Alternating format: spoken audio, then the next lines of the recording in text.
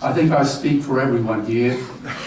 Voiceless lectures have now become an annual fixture for any rational discourse about non-human animal rights. So one day when animal rights are finally enshrined by statute, the Sherman family fingerprints will be on every page. And I look forward to that day with great joy. I'm also delighted to be here with Steve Wise, a man I've admired for many years. He's an erudite man, courageous, with a fine legal mind of a scholar and the heart of an activist. I'm very proud to be in your presence, Steve. Thank you.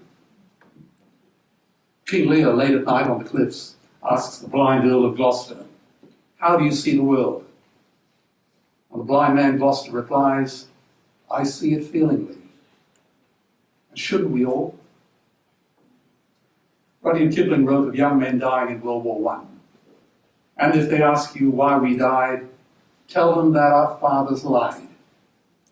That litany of lies continues today. Everything you think you know about the meat and dairy industry is a lie. See, the world is crying out for only two things: leadership and the truth. Tonight, you're only going to hear the truth. The wise Chinese have a term for it: Zhengjiao. Listen to the friend who tells you the truth, even when it hurts. So let's just tell the truth, fearlessly and forcefully. That is what the Sanskrit word satyagraha means, the truth force. Now, Brendan Kennelly, in the Book of Judas, writes, "If you want to serve your age, betray it." But what does that mean, to betray your age?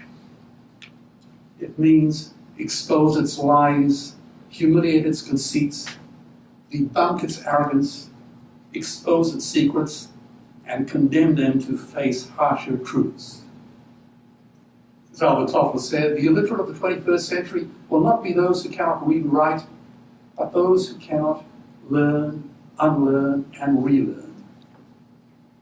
Now, I have long admired Count Moltke, the great Prussian general, a soldier who preferred to think rather than to speak, a man silent in 7 languages. You see, it takes courage to stand up and speak. It also takes courage to sit down and listen. Now, at law school, we're all taught about the duty of care. But where in the world have we ever been taught the duty to care? Except, of course, for Section 51 AG of the Indian Constitution, which says it is the fundamental duty of every Indian citizen to show compassion for all living beings. Paul Aiken, in Donoghue and Stevenson, said that we owe a duty of care, this is going back to the old law of torts, we owe a duty of care to our neighbour, and define this neighbour as a person who may be affected by any of our acts or omissions. And whilst constructing a primate project in Asia, I discovered that the Malay word for orangutan meant person who lives in the jungle. And I'm always pleased to discover that Ecuador has now recognized legal rights for mountains, rivers, and land. And the Wanganui River in New Zealand is now recognized under law with the same rights as a company. Now, there was a time when my favorite food was filet mignon and lobster, a fact for which I am so profoundly ashamed today. So what made me, as a young man, decide to leave the world of lobsters and Learjets in exchange for shelters and slaughterhouses? To take nothing but pictures, own nothing but memories, leave nothing but footprints, kill nothing but time. You see, something happened to me. I had been to Dante's Inferno, but unlike Dante Alighieri, I did not have Beatrice for my love, nor Virgil for my guide. I heard the screams of my dying father as his body was ravaged by the many cancers that killed him. And I realized I'd heard those screams before. In the slaughterhouse, on the cattle ships to the Middle East, and a dying mother whale as a harpoon explodes in her brain as she calls out to the calf. Their cries were the cries of my Father. They were identical. And I discovered that when we suffer as equals. And in their capacity to suffer, a dog is a pig, is a bear, is a boy. So when I look into your faces here tonight, I recall the words of the Greek poet Horace. Change only the name, and my story is also about you. Now, in human history, only 100 billion human beings have ever lived. 7 billion people are alive today. And we humans torture and kill 2 billion sentient, living, loving animals every week. 2 billion. We stab and suffocate 1 billion ocean animals every 3 hours. Trillions of fish are ground up into pellets to feed to livestock. Vegetarian cows are now the world's largest ocean predators. The oceans are dying in our time. By 2048, all our fisheries will be dead. The lungs and the arteries, the earth. You would know that oceans sequester more CO2 than all the forests of the world put together. 10,000 entire species are wiped out every year because of the actions of one species. And we now face the 6th mass extinction in cosmological history. If any other organism did this, a biologist would call it a bloody virus. It is a crime against humanity of unimaginable proportions. Now, there are 2 peak predators on this planet. Human beings on land and orcas in the ocean. In the 20th century, human beings have killed 200 million members of their own species. Orcas kill none. And don't expect any preferential treatment from your governments. In the 20th century, 100 million people have been killed by their own governments. Now, Victor Hugo said there is nothing more powerful than an idea whose time has come. But I say that there is nothing more destructive than a bad idea whose time has passed. The time for meat and dairy has passed. Anthropocentrism is the ultimate sin. If Moses could have spelled it, he would have put it in his top 10. You see, this is not just about animal rights. It's also about human wrongs. Believe me, animal rights is now the greatest social justice issue since the abolition of slavery. It is a revolutionary event more powerful than the Industrial Revolution, the Reformation, the Hubble telescope, or anything ever conceived by Galileo, Copernicus, Einstein, Darwin, or Freud. Because it protects the most precious of all things, life. We, the people in this room, are creating a new enlightenment. We are creating the second Renaissance. Happily, the world is changing. Just a few years ago, Twitter was a bird sound. www was a stuck keyboard. Cloud was in the sky. Skype was a typo. 3G was a parking space. Google was a baby's burp. And Al-Qaeda was my plumber. Now, the most beautiful word ever written at any time in any country in human history came from India, from the Upanishads 3,000 years ago. Ahimsa, non-violence to any living being. Non-violence in everything we do, say, and think. So nowadays I describe myself as ahimsa. And therefore, by definition, I must be vegan.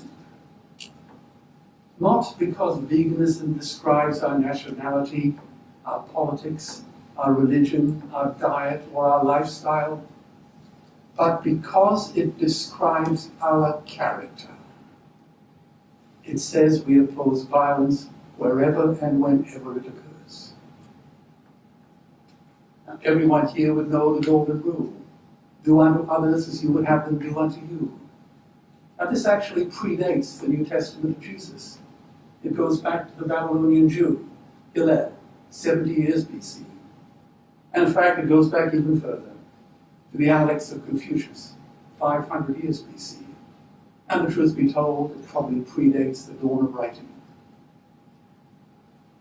And the great anthropologist Margaret Mead said, "Never doubt that a few committed people can change the world. Indeed, that is the only thing that ever has."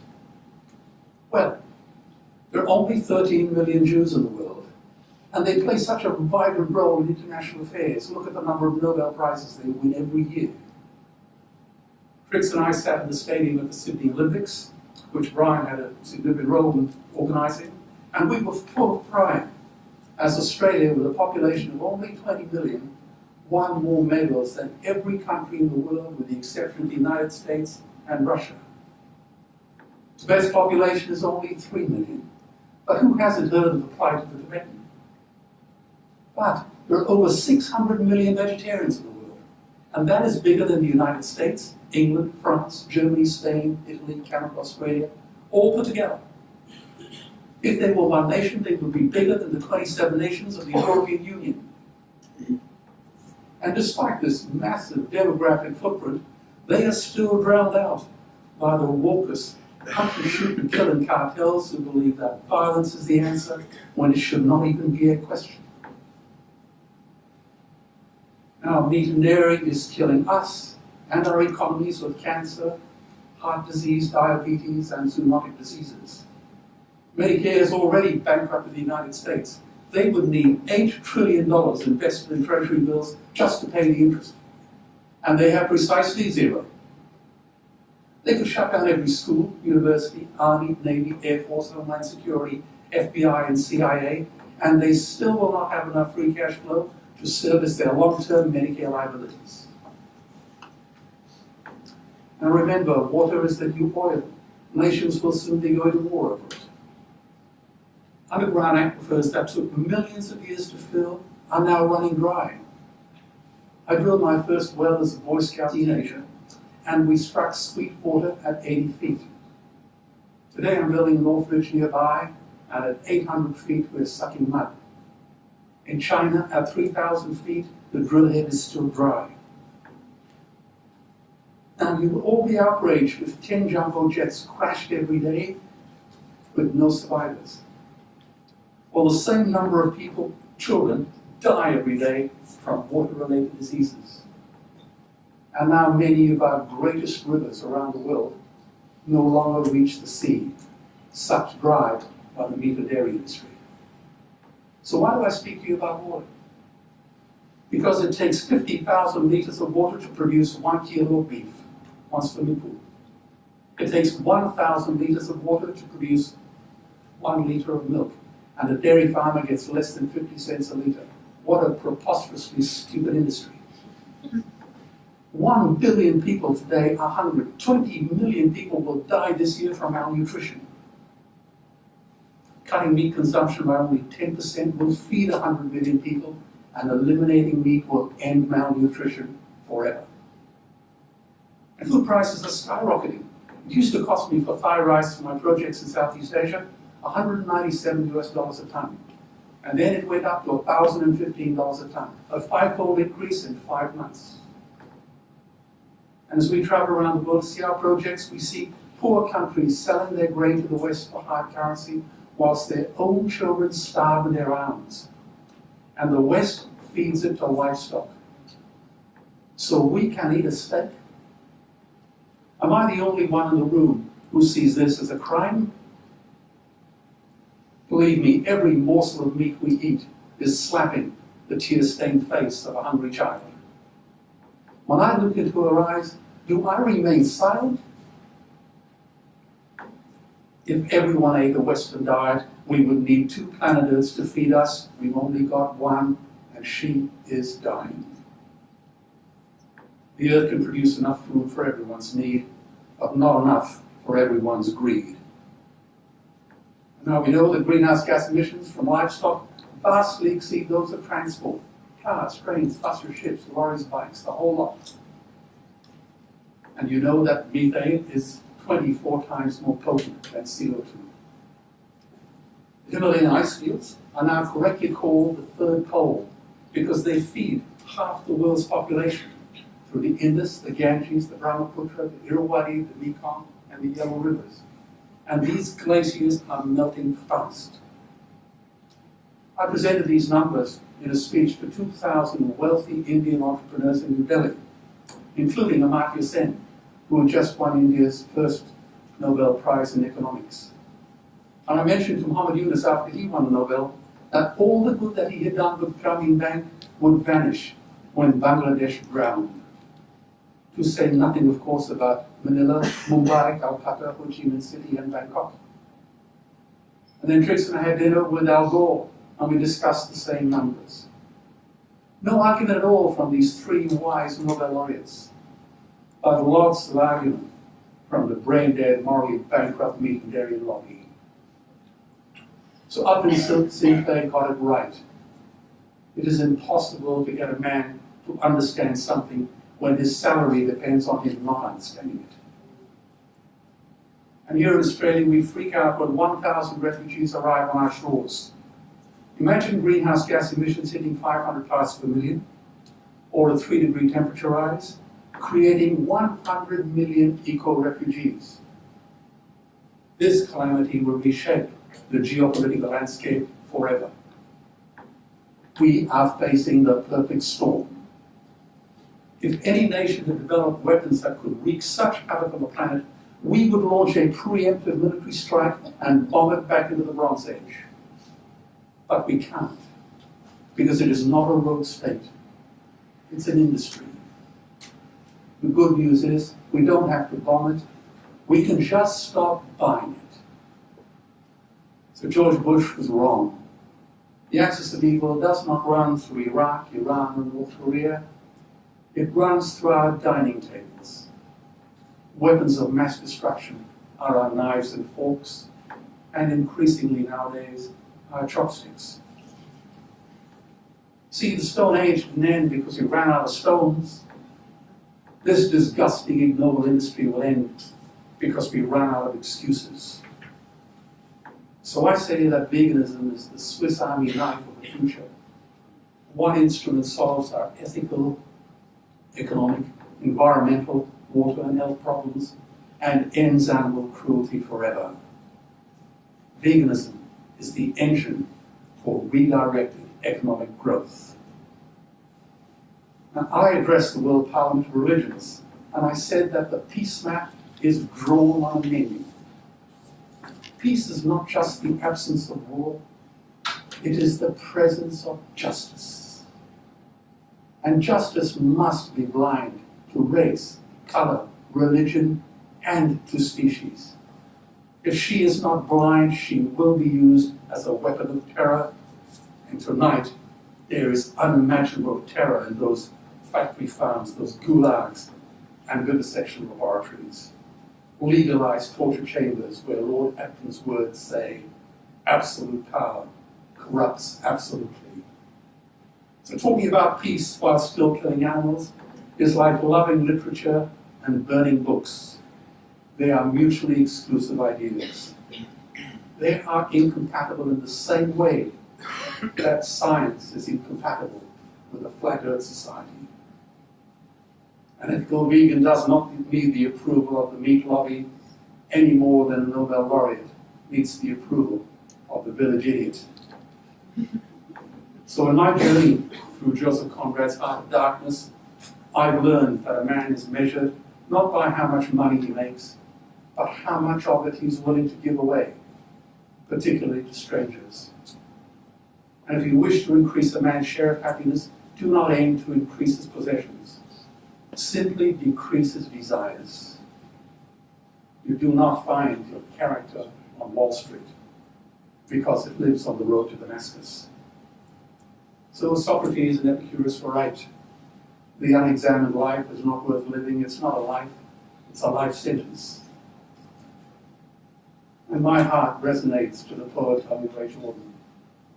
If equal affection cannot be, let the more loving one be me. I speak to audiences all around the world, sometimes a couple hundred people, sometimes 5,000. And they're all good, decent, honest, caring people who all want to change the world, as long as they don't have to change themselves. But life doesn't work that way. First we change in our hearts, and then the world follows. True leaders must face their own demons courageously. Martin Niemöller, German priest, philosopher, and U-boat captain, spent 8 years in prison for condemning German intellectuals for being cowards. And he wrote, "When the Nazis came for the communists, I remained silent. I was not a communist. When they locked up the Democrats, I remained silent. I was not a Democrat. When they came for the trade unionists, I did not speak out. I was not a trade unionist. When they came for the Jews, I remained silent. I was not a Jew. And then they came for me, and there was no one left to speak out." Men and women of integrity like you must follow people like the Shermans, Steve Wise, and the Voiceless team, and speak out and act courageously. Sitting on the fences for cowards and crows. Is it not better to light a candle than it is to curse the darkness? All the darkness of the world cannot put out the light of a single candle. You see, I believe another world is possible, and on a quiet night, I can hear her breathing. So, as Martin Luther King said, cowardice asks the question, is it safe? Expediency asks the question, is it polite? Vanity asks the question, is it popular? But conscience asks the question, is it right? We need a new kind of jurisprudence, a foro conscientiae, a court of conscience. Well, the last sentence of Scott Fitzgerald's book, The Great Gatsby, reads, "So we beat on, boats against the tide, drawn back ceaselessly into the past." I ask you, are we to live forever in a sick, smug, and cruel past? Let's not relive history. Let's make history, because that is what leaders do. Because in the end, only three things matter: how deeply you loved, how gently you lived, and how gracefully you let go of things that were not meant for you. Meat was not meant for you. And Judge White's closing words in The Bonfire of the Vanities read, "The law is humanity's feeble attempt at decency." So I welcome you today to the battle in a war that decency cannot afford to lose. Thank you all for being here.